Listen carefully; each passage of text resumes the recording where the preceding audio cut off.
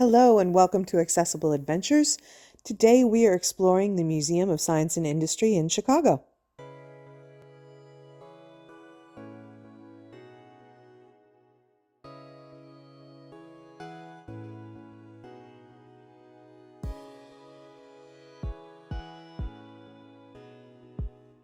Hi guys, I'm Mel, and today we are at the Museum of Science and Industry in Chicago. It's one of my favorite museums, not only because all of the really cool stuff inside, but also because of the history. It was originally used for the 1893 World Fair. It housed the art exhibition, and afterwards it was one of the only permanent structures because it had to hold all of the expensive art. So they kept it around and eventually repurposed it for the Museum of Science and Industry. Today we are starting off at Science Storms, and what you're seeing in front of you represents what happens during an avalanche.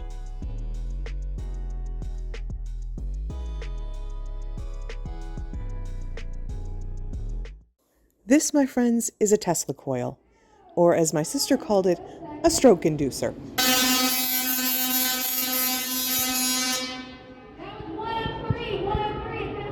It's incredibly loud, incredibly intense, and probably the closest thing you'll ever get to actual lightning.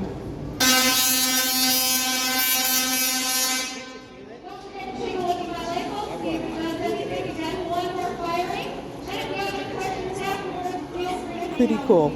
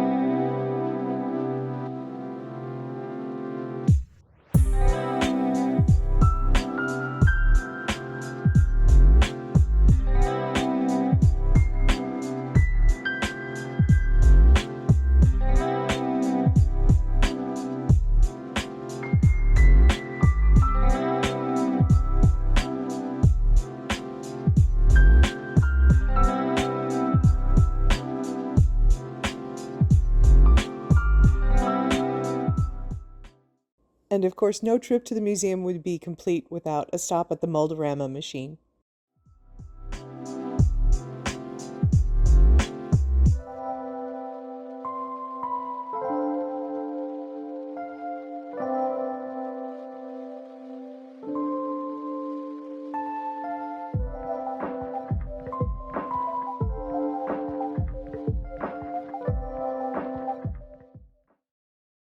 This gentleman is part of the U Experience exhibit. He has been preserved using a plasticine process, and he's been deconstructed so that you can see all the inner workings of the human body.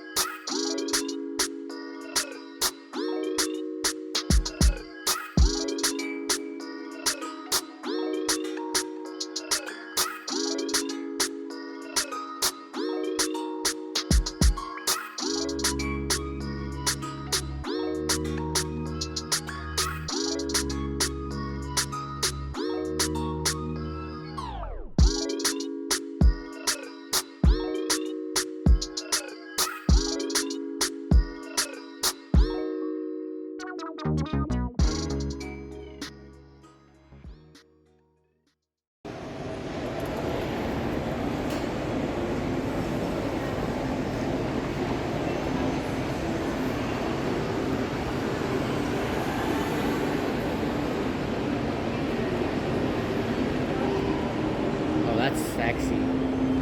That is so nice. I'm totally leaving that in the video. That's a sexy car.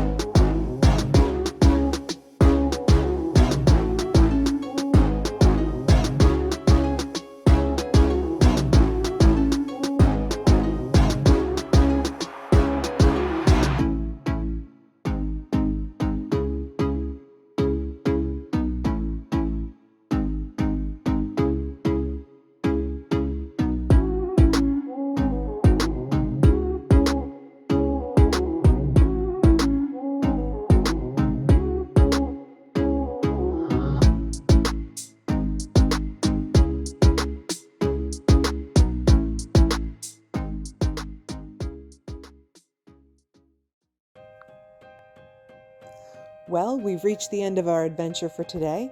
I want to say thank you so much to my sister and nephew for helping me get around the museum today in my wheelchair. This is the first time I've done one of these videos in a wheelchair because although I can walk, I walk at a much slower pace than the rest of the group and get tired very quickly. So using the wheelchair today allowed us to see more exhibits and enjoy the museum easier. Now, because this was my first time using the wheelchair, I did notice several major flaws in the museum's accessibility. One major complaint is that there's a single elevator by the red stairs, and unfortunately, the way they had construction set up on the top floor meant that we got all the way around until we realized the one access point to the elevator was cut off because of construction. So this meant we had to walk all the way back around in order to get down to the lower levels. This was fine because I was with a group of people and they were helping push me. Had I been on my own pushing a manual wheelchair, this would have been a major downer to the day. My other complaint about the ease of accessibility was the malfunctioning of an elevator when we were trying to leave. The elevator stopped 2 inches below the actual level of the floor, and this meant they had to turn me around and back me out of the elevator. If I had been on my own trying to push myself, I may have been in real trouble. I'm not even sure that it would have been possible to get through that with a power wheelchair with a 2-inch gap.